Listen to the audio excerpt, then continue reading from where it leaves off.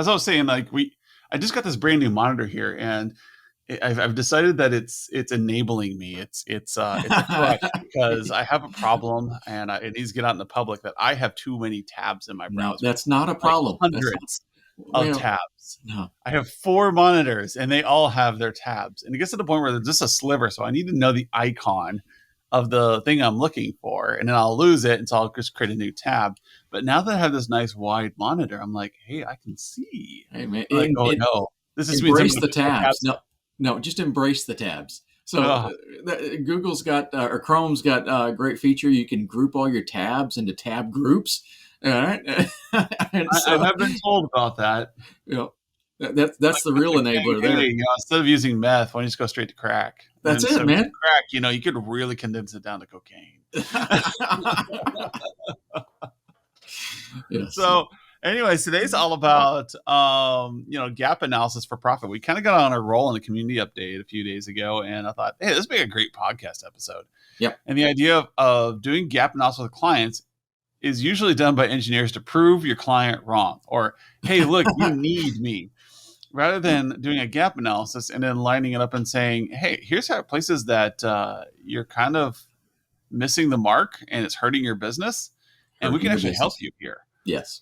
And so the context matters. It's a little nuance of, hey, here's all the things wrong with you. It's like, imagine sitting down on a date, and first date, this person sits down, looks across the table, and goes, let me tell you what's wrong with you and why you need me in your life. There we go. What does that look like? And you're going to be like, you know what? She's right. But damn. That's it. Versus, somebody who sits down, notices that, you have absolutely no fashion whatsoever, and says, "Hey, you want to go shopping sometime?" Yeah. I'd love to help go shopping. Maybe pick To up a help you conversation out. about Yes. how you always wear unicorn shirts, and there's some better quality stuff out there. And I'd love to take you out on a shopping date. Now, to most of you, that's probably just horrible, but the point remains, like, hey, you see your date pull up and they've got an issue with their car. You're like, hey, you know what? I actually know how to fix that. Yeah. Are you okay if we take 20 minutes of our date and I can fix that for you and it's not a problem? And I always bring up the dating analogy because it's like your clients. We treat our clients currently like sociopaths. And if you start looking at how you're treating your client like you're going on a date, you're going to be like, oh, God, oh, I'm a horrible person. No wonder they don't want to spend time with me. And so gap analysis is the same thing. Like, imagine going in and finding out all the things that's wrong with you, and then somebody saying, hey, if you give me $30,000, I can make these gaps go away. Like, I didn't even know they were a problem yesterday. Yep. Well, and the technology focus, I mean, that's what we are. So, my experience, I've run some reasonably sized data centers, and I've, been, at the end of the day, ultimately responsible for making sure those data centers have power. Right. So, when you're in IT and the blinky lights, have to blink, and when they don't blink, it's a problem. That really kind of becomes an important element. It's a pillar, in kind of my technical stuff. So I am all about the backup power. I've got UPSs on every key piece of equipment in my house, which is also my office, but this came from, my technology days. I remember very clearly sitting in the foyer of a company, and we were hosting a lot of stuff. We were building our data center. We were just making this transition to being a regional cloud provider back before that was really a thing. We were kind of doing it. And me and the owner of the company are sitting in the lobby in the dark. And we're like, this is really important. We need to do something about that. So we went down the route of spending tens of thousands of dollars on, more batteries and more power distribution. And yes, we did the generator and all of that because we knew what it did for our business. We knew where it went to. And, if you get on a demo call with us at Managed Service Platform, there's a good chance we're going to bring up this little semi-fictional company we have called Redfist in our demo portal. And there's an element in there on one of our roadmaps that says manage severe weather. All right. And, kind of our backstory there is this is a Houston-based company, and hey, Houston gets hurricanes, right? So if I'm talking to this company about, hey, let's keep the lights on when the next hurricane comes through. Let's keep your operations up and running when it's been raining for 2 days straight and, all of a sudden the lights start to flicker. I'm talking about their business now. I'm not talking about all the UPS and the batteries and the warranties that go with them and the network interfaces that lets us track it in our RMM tools. None of that. I'm talking about their business. And this is the dynamic that really switches things around so that, you titled this one pretty well, Adam, Gap Analysis for Profit. All right. It's not gap analysis for sales, because this is a weird selling tool, because if you do this right, you don't sell. Your clients ask. And that's a great place to be, especially for, mediocre salesmen like me. What's that now? Is that called client-led sales? Yeah, I think that's the, again, the mediocre salesman doesn't really know what he's talking about. Disclaimer, Skip and I are not salespeople, so we just make up stuff. Absolutely. Maybe that's part of our charm. And like when you're sitting there and you're having a conversation about, hey, what's going on here? Like, oh, it looks like you don't have any multi-factor. Why don't you have multi-factor? I'm like, oh, it's too complicated. We can't do that. I'm like, well, what if I made it simple? And your employees could use it at home as well, like so they can use it across like Facebook, LinkedIn, and it can help them not get hacked at home. Because I know you have to have stories of one of your friends being hacked, and friend requests going out from their Facebook profile or their LinkedIn, and that matters. That's irritating. But if they knew that they could do multi-factor really easily without any pain, would that be worth, say, $30 a user to you? That's a gap analysis. Yep, absolutely. And you've identified something they should have. I mean, it's a no-brainer to do multi-factor these days. It's so easy. It's like falling off a log. And so the idea there is I just pitched, $30 a client, because my engineer is going to come in and sit down with each one of them and walk them through it and talk to them about it. And at the end of the day, these 100 employees are all going to have a increased security that they're really happy about, that's really convenient for them, and you've covered a gap, and everybody's smiling because it's easy. Mm-hmm. And so that's a gap analysis that you just made profit on. Now, if you walked in and said, hey, I need to install multi-factor on all 100 devices, it's going to cost $3,000, and then we're going to install it on the firewall so that we can do intrusion prevention. That does not sound nearly as enticing as my employees being able to protect themselves at home and at work. It's a great benefit. Yep. And there's a whole bunch of security concerns out there that you can talk about this with. And your engineers, how to do this. You just got to think in terms of the 3,000 vulnerabilities that my client has. Yes. Look down the list. Which one do they care about? Maybe you're on the date with somebody and they don't care that they dress horrible. Maybe they're okay wearing the ratty t-shirt and shorts. That's just their style. Fine. They've accepted the risk and they're not going to mitigate it. They're just accepting it, and you're going to deal with it. Or maybe you hit upon something that they really feel passionate about, like they never had anybody to help them with fashion guidance, and they've always wanted it but didn't know how people learned.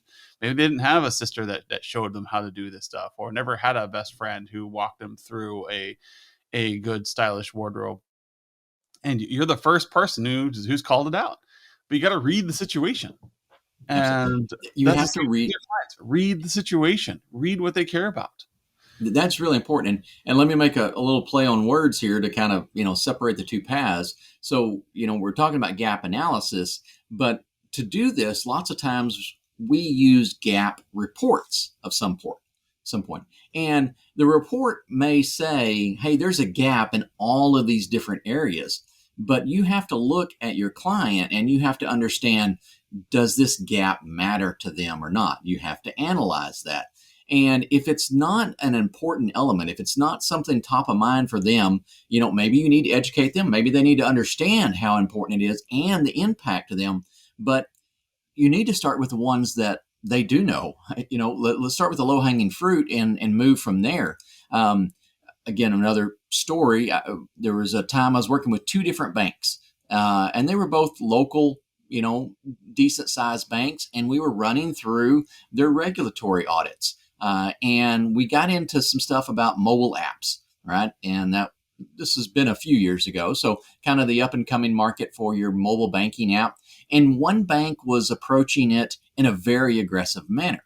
And another bank, because of their clientele, because they knew their customers, the banking app was really, really low on their priority list. So looking at these two organizations, they're doing the exact same fiduciary audit, FFIEC, all right? And they're very similar size, the exact same marketplace and that they're working in, but they're approaching this totally different because their businesses were different. So you can't just run with a static report that says, hey, there's gaps in these areas. You have to understand how these gaps matter to your clients. Yeah, and that's what we call humanizing the conversation. It's our little catchphrase. That's why we have this brand. It's called Humanize It in this framework. It's because you're saying and you're doing the right things per se. Like, you're right, but it's the conversation of you can be right and still be wrong. And with gap analysis, it's never truer than at this point where you are correct. They do need these things. They need these security cameras. They need these extra password protections. They need these things. Otherwise, they're going to get hacked. But from their point of view, it's not important. It's not as important as that security check for finance. Mm-hmm. They would rather cover if they'd rather spend the $20,000 covering the risk to their bank accounts than the $20,000 risk to the online portal. And that is their call. Yeah. And you don't know all the gaps and all the risks that they're dealing with. You only know the cyber risks. You don't know the environmental. That's right. Risks. You don't know the personnel risks. You don't know that Sally over there just had herself flagged for running into massive amounts of debt and is going through a bankruptcy. That's a massive security risk for a bank.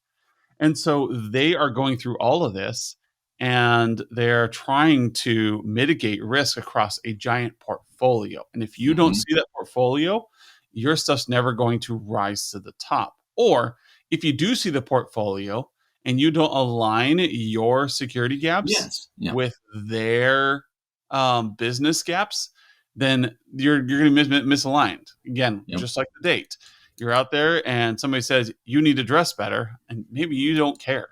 Maybe you don't have the money to buy $2,000 suits and buy $80 polo shirts and $150 shirts that look nice. Mm-hmm. Maybe there's a gap there in your finances or in your desire.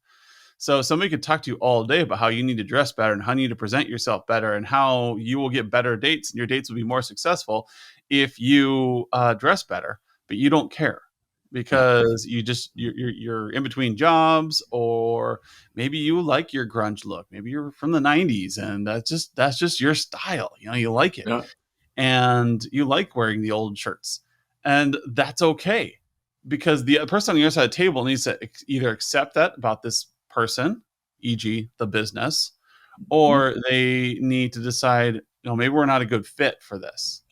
They're not prioritizing. That is absolutely true. We prioritize.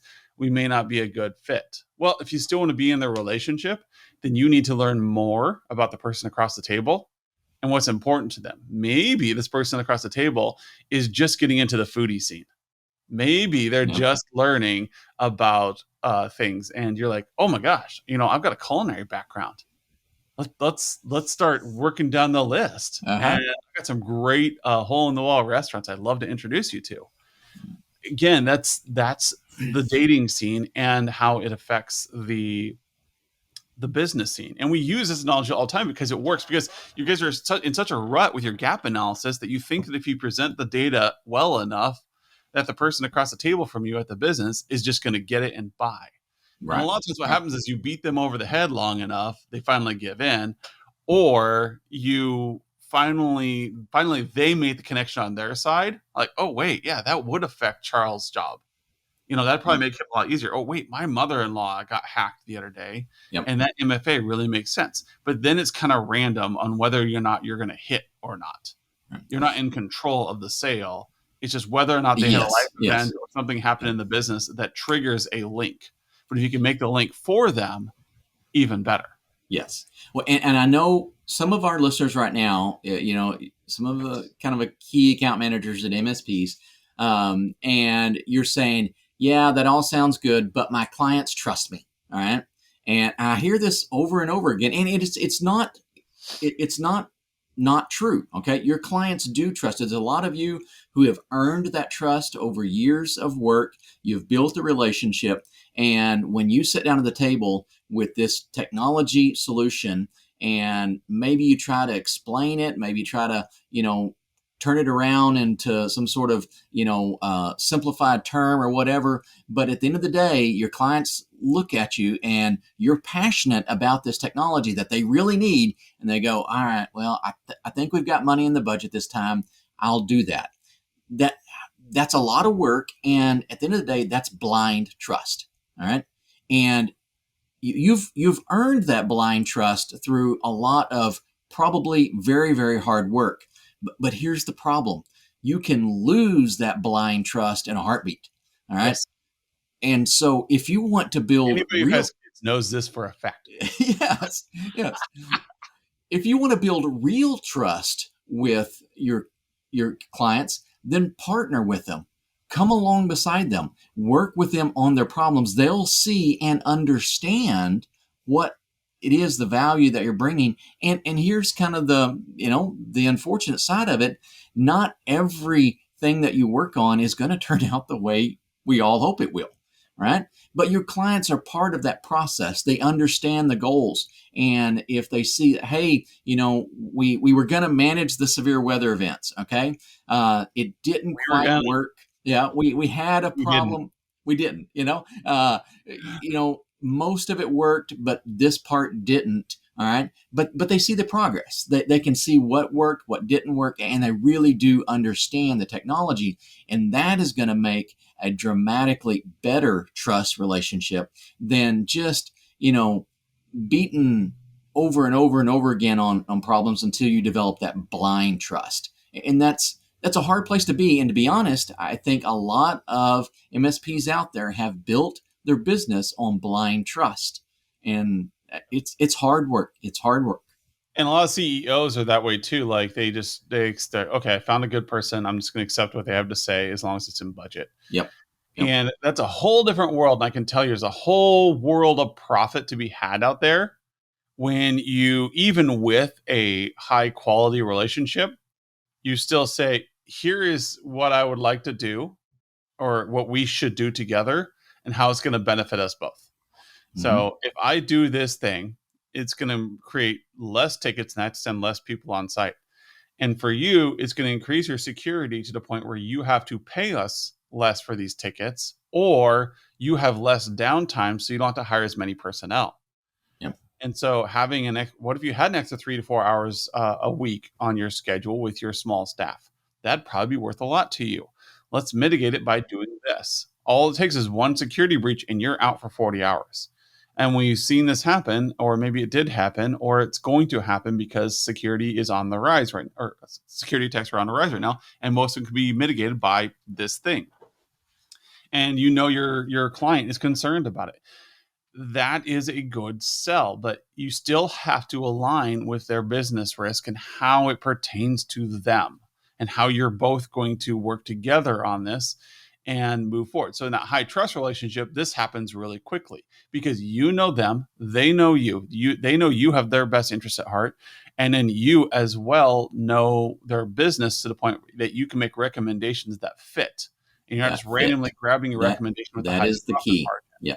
You're grabbing of the 10,000 gaps on your list. You're not grabbing the one that you think is most important. You're looking down a list saying, which one of these gaps would be most important to my client? And that builds the trust, and it keeps the trust high. Even when they do blindly trust you, you should still be doing this where you think, all right, I'm going to go to, oh, you know what? This is a thing that's going to impact them most because they do a lot of remote access. Yes. Or this one's going to impact them the most because they have a financial audit coming up. If they do these 3 controls, it'll help them. I'm not going to say, hey, you need AC 1 through 6, and here's what we're going to do to get these in place. They don't care about AC 1 through 6. They care about, are you making their bank more secure? Are you helping them to do more business? Are you making things easier for employees? And learn each one of your clients so that you can align those gaps with their desires. Well, and here's a real test of, is this a good approach? Is this going to be sustainable? You have to look back and see, who is it good for? All right. If you're an MSP and you're selling projects, all right, if that's part of your business, then, hey, yes, this is great for you because it's a sale. All right. In the background, it may be good for your clients because you've done something to help them out, but they might not even be aware of it. All right. So they don't necessarily see the benefit in it. They just hear you saying something that they ought to do. But if you're really in tune with what they're doing, all right, and it's not that hard to be in tune. Okay. It's just mostly just a little bit of listening. All right. If you're in tune with what they're doing, then you're going to do something that helps their business, helps their organization. It makes them more money, or it mitigates a visible risk to them. All right. So they get benefit out of it. You sell a project. All right. You get benefit out of it. And if it's a win-win situation, you're going to be able to continue doing those things at scale with not only that customer, but all of your customers. So that's a real test. We say it all this great stuff, and it's not because, we're just trying to close business, and money hungry sort of deal. This really does make people's lives better. This really does empower technology. And that's a cool place to be. I think for a lot of IT professionals, they really do get a lot of satisfaction when they see somebody use technology and enjoy it and appreciate the value that it brings to it. So, this is kind of a cultural shift in some aspects, but really understanding how technology is going to help them out helps you and your clients. Yeah, and that's that key word there, value. That separates you from being the nagging spouse and the loving partner. That's it. And so you want to be a partner with your clients through this crazy journey.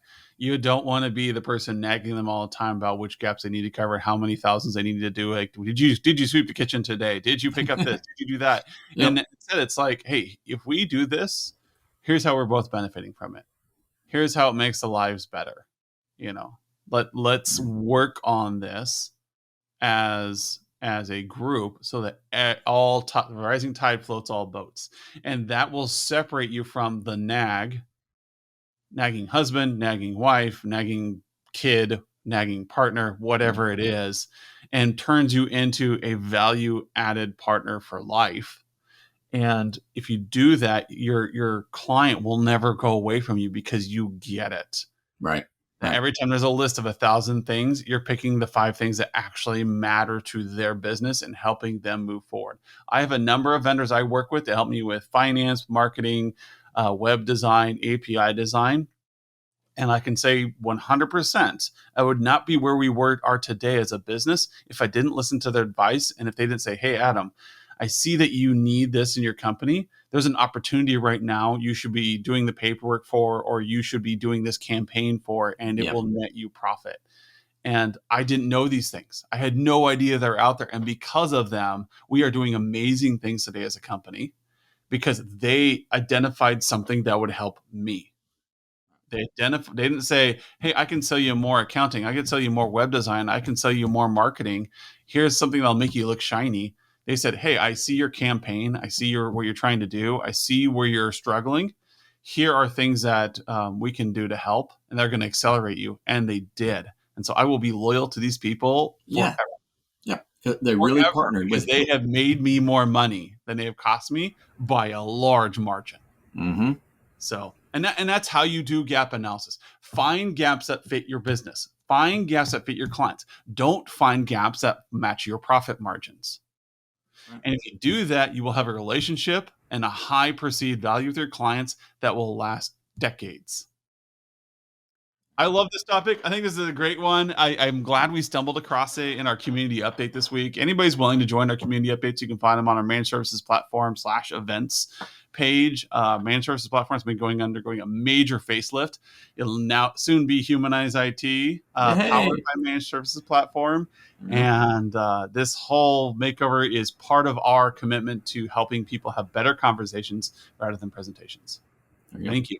Thank you.